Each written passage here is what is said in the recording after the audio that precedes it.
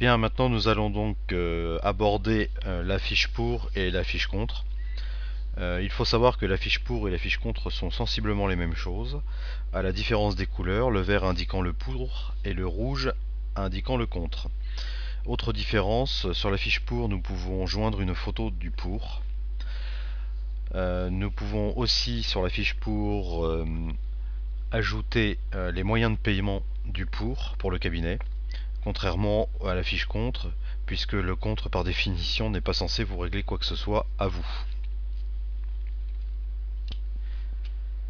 Bien, alors allons-y. Nous allons appeler la fiche pour. Nous y voici.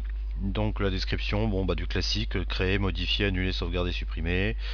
Dans les outils, si vous avez pris l'option rendez-vous, vous pouvez prendre un rendez-vous avec le pour et lui sera envoyé un mail si vous le souhaitez directement.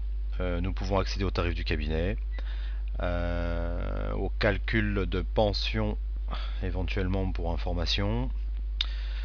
Vous pouvez transférer votre pour en intervenant parce que vous pouvez très bien avoir un pour qui vienne vous voir et que ce soit un expert ou un avocat ou quelque chose comme ça. Et la webcam justement pour prendre une photo. Alors la fameuse photo la voici. Alors bon, faut pas trop s'étonner de la photo.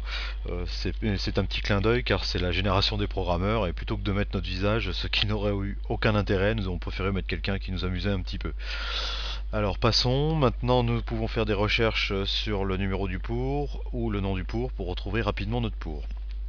Après nous avons divers onglets. Nous avons donc l'onglet physique, voilà, qui permet de choisir si c'est une personne morale ou physique.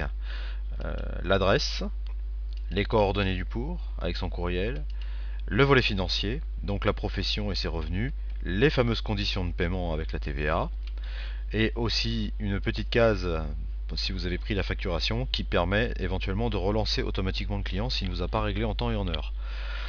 Vous avez les honoraires perçus, restant dus. Nous avons aussi une grille qui indique la liste des affaires où participe votre pour. Donc si vous avez l'option internet, vous pouvez aussi accéder aux pages jaunes à partir d'ici. Nous avons tout ce qui concerne la famille, donc nous pouvons rentrer des informations et notamment les enfants, la fiche enfant. Maintenant nous allons voir les ressources du bas. Vous pouvez saisir un employeur, une sécurité sociale, une mutuelle, une retraite complémentaire, une CAF. Bien voilà, la description étant terminée, nous allons passer à la vidéo suivante.